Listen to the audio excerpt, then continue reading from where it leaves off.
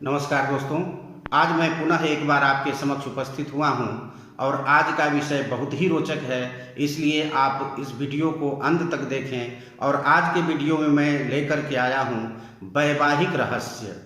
दोस्तों, विवाह में सभी जो भेद हैं उनमें सर्वश्रेष्ठ ब्राह्म विवाह को माना गया है। ये आप पूर्व के वीडियो में जान चुके हैं। तो ब्राह्म विवाह में जो भी कर्म किए जाते हैं, जो वस्तुएं होती हैं, उनका क्या रहस्य है, आज मैं यह आपको बताने जा रहा हूं। दोस्तों, वर का अर्थ होता है श्रेष्ठ। साहित्य में कालिदास ने भी कहा है कि यह कौमारहरः सएव हि वरः।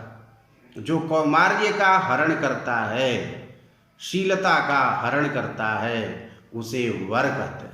वर का अर्थ है सर्वश्रेष्ठ, वर का अर्थ है श्रेष्ठ। और विवाह में वर घोषणा भी करता है, अपने सभी सगे संबंधियों के बीच में बैठ करके, उस मंडप में बैठ करके यह घोषणा करता है कि वर्षमोस्मि समानानाम उद्यतामिव सूर्यः इमन्तमभितिष्ठामि यो मां कश्चाभिलाषति। मैं कैसा श्रेष्ठ हूँ? उगते हुए सूर्य के समान मैं तेजस्वी हूँ और श्रेष्ठ हूँ, और ये सभी मेरे सामने जो बैठे हैं ये तारे की तरह हैं। मैं इनमें श्रेष्ठ हूँ। यदि कोई अपनी श्रेष्ठता दिखाना चाहता है कि इस वर से मैं श्रेष्ठ हूँ, तो मैं उसका मान मर्दन करते हुए जो बिस्तर कुश रहता है उसको तोड़ देता है और अपने दाहिने पैर के नीचे उसको दबा लेता है और कहता है कि इसलिए मैं श्रेष्ठ हूँ। दोस्तों, दूसरी चीज है मधुपर्क उसे दिया जाता है। मधुपर्क इसलिए दिया जाता है कि वह थका हारा और बहुत सफ़र करके विवाह के लिए आया हुआ है, उसकी थकान दूर हो, उसकी तेजस्विता बनी रहे, इसलिए उसमें मधु और घी मिला करके दिया जाता है। घी को तेजोसी कहते हैं, तेजः असि, अर्थात उसका तेज बना रहे। और शिथिलीकरणम दधि, दधि इसलिए दिया जाता है कि उसकी थकान जो है वह शिथिल हो जाए। तो यह मधुपर्क की व्यवस्था है। गौर गौर गौ कह करके एक कुश दिया जाता है जो सिक्के पर रख करके वर तोड़ता है। उसका अर्थ यह है कि गौ हमारे लिए पूजनीय है, इसको चारा पानी देकर इसकी सेवा करनी चाहिए, इसकी हत्या नहीं करनी चाहिए, ये वहाँ निर्देश दिया जाता है। इसके अतिरिक्त मंडप में आप देखते होंगे कि सील लोढ़ा रखा हुआ है, ओखली मूसल रखा हुआ है। ये दोनों स्त्री और पुरुष के प्रतीक चिन्ह हैं। इसके अतिरिक्त आप देखते होंगे कि बांस वहाँ पर गड़े हुए रहते हैं मंडप में। बांस ही क्यों रहता है, कभी आपने विचार किया? तो चलिए आज कर लीजिए। बांस इसलिए होता है कि बांस को वंश कहते हैं। वंश माने संतान। तो जिस प्रकार से वंश एक कोठी से दूसरे कोठी तक वह बढ़ते चला जाता है, तो इसी प्रकार से वंश प्रतीक है, बांस प्रतीक है वंश का, कि इस कन्या के द्वारा ऐसे ही वंश के समान एक पीढ़ी से दूसरी पीढ़ी तक वंश की वृद्धि होती रहे। दूसरी चीज है कि बांस लंबे समय तक हरा भरा रहता है, वह जल्दी सूखता नहीं है।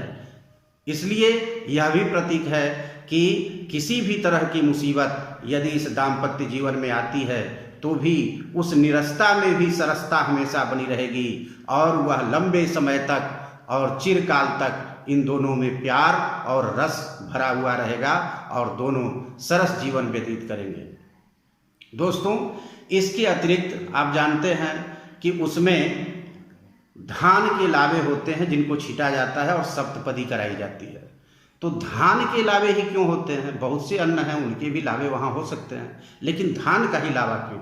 दोस्तों, विचार कीजिए कि धान का लावा इसलिए कि यह भारत कृषि प्रधान देश है, इसलिए यह संकेत किया जाता है कि आपको जाने के बाद कृषि करके इसे उत्पन्न करना है और इसी से आपकी प्रजा का जीवन और आपके परिवार का भरण पोषण निर्भर करता है। इसलिए इस धान को धन भी कहा जाता है। धान्य धन, धन धान्य, तो यह धन का सूचक है। इसलिए धान्य को अधिक से अधिक उत्पन्न करने का प्रयास करना, तभी आपका जीवन सुखी रहेगा। दूसरी चीज, कन्या के लिए भी धान प्रतीकात्मक है। आप जानते हैं कि किसान धान का बीज जिस खेत में लगाता है, छींटता है, अगर वहीं पर वह फलने फूलने लगे तो इसे उचित नहीं माना जाता। जिस खेत में किसान बीज को बोता है, वहाँ बड़े होने के बाद वहाँ से उखाड़ कर और फिर दूसरे खेत में उसको रोप दिया जाता है, वहाँ वह फलता फूलता है।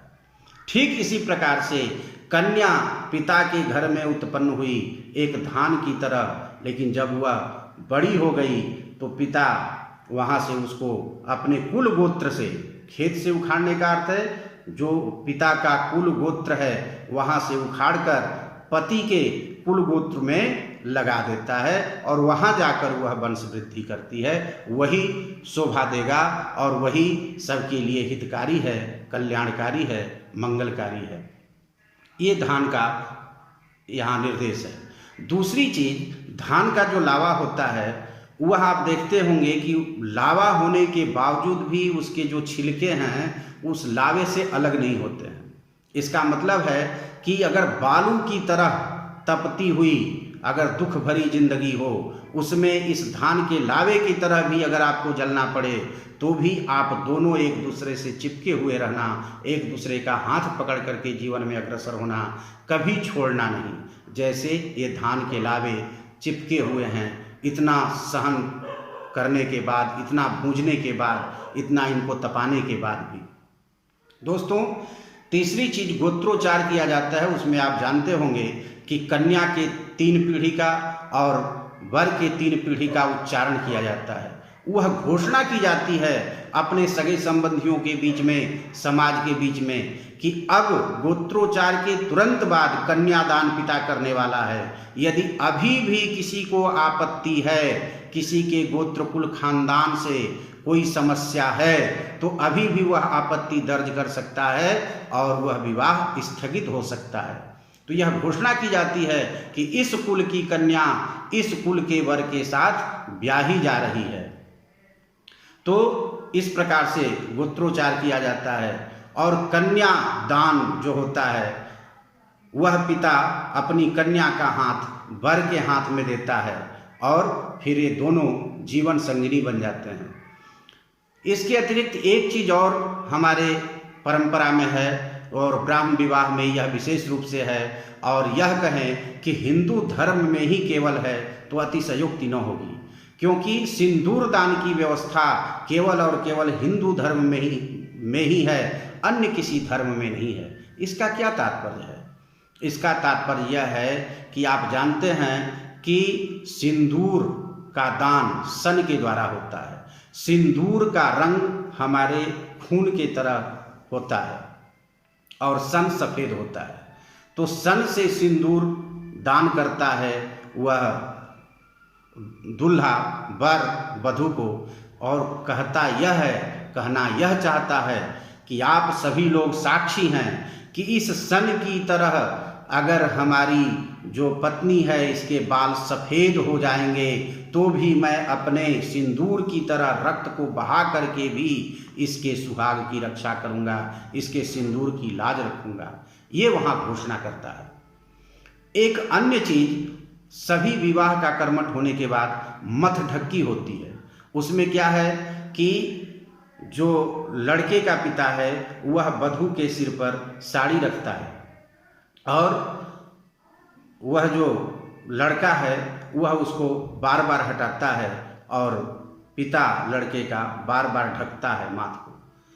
इसका क्या तात्पर्य है? इसका तात्पर्य यह है कि ससुर कहता है, लड़के का पिता यह घोषणा करता है कि बेटा यह जो बहू है यह केवल तुम्हारी ही इज्जत नहीं है, यह मेरी भी इज्जत है। तुम्हें तो इसकी रक्षा करनी ही चाहिए। अगर किसी तरह से आप चूक गए, आप इसकी रक्षा नहीं कर पाओगे तो मैं हूँ, मैं अपनी बहू का लाज रखूँगा, मैं इसके हर तरह के सुख दुख का ख्याल रखूँगा और इसे किसी भी प्रकार की हानि, किसी भी प्रकार की पीड़ा नहीं होने दूंगा, क्योंकि यह मेरे भी कुल की, मेरे भी घर की इज्जत है। तो दोस्तों, इस प्रकार कितना सुंदर व्याख्या हमारे ब्राह्म विवाह में है और सबको साक्षी मानकर वहाँ अग्नि देवता को आवाहित किया जाता है, ध्रुव तारा को साक्षी बनाया जाता है, विष्णु कलश के रूप में सभी देवता, सभी तीर्थ हैं, ब्राह्मण देवता विराज रहे हैं और अपने सभी सगे संबंधी हैं, अपने जाति कुटुंब के लोग हैं, वहाँ पर आप पाणी ग्रहण संस्कार कर रहे हैं, उसका हाथ पकड़कर अपने घर ला रहे हैं। इससे बड़ा प्रमाण, इससे बड़ा सुख क्या हो सकता है। तो दोस्तों, ये है विवाह का रहस्य। मुझे उम्मीद है यह आपको ज़रूर पसंद आएगा और आप इसी तरह से अपना वीडियो देखते रहें और आशीर्वाद देते रहें। और आपका बहुत बहुत हृदय से धन्यवाद और आभार।